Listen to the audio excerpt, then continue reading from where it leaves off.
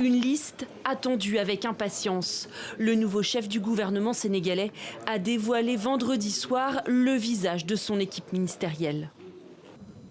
Le gouvernement ainsi mis en place ce 5 avril 2024 est un gouvernement de rupture et d'appropriation des aspirations et attentes légitimes des populations.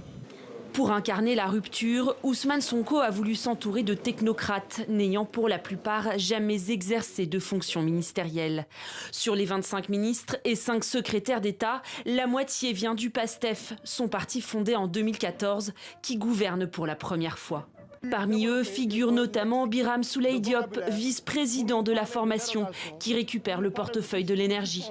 Tandis que Yacine Fall, la vice-présidente chargée des relations internationales, ayant travaillé aux Nations Unies, est nommée aux affaires étrangères. Plus inattendu, d'autres nominations témoignent d'une volonté d'équilibre de la part du pouvoir. 2 postes régaliens ont été confiés à des militaires traditionnellement considérés comme apolitiques. L'ancien chef d'état-major, le général Birame Diop, est ainsi placé à la tête des forces armées. L'ex-haut commandant de la gendarmerie nationale, le général Jean-Baptiste Tine, se voit quant à lui offrir le ministère de l'Intérieur.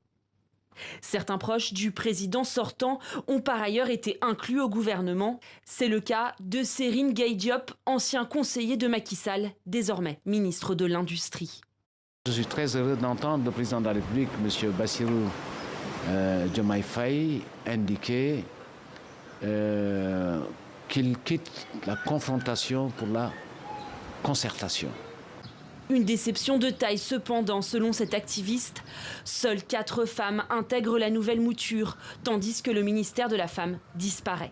Vu comment ils ont vendu le projet, tout ce qui a été inclus dedans, on s'attendait à avoir plus de ministres femmes. On s'attendait à avoir un gouvernement beaucoup plus équitable. Mais se retrouver avec 4 femmes, ça c'est énorme, c'est vraiment un coup dur. On est en 2024, nous sommes au Sénégal, une population dont les femmes occupent une très grande partie. On ne peut pas se retrouver avec un gouvernement de 4 femmes. Elles étaient entre 7 et 8 femmes dans les précédents gouvernements.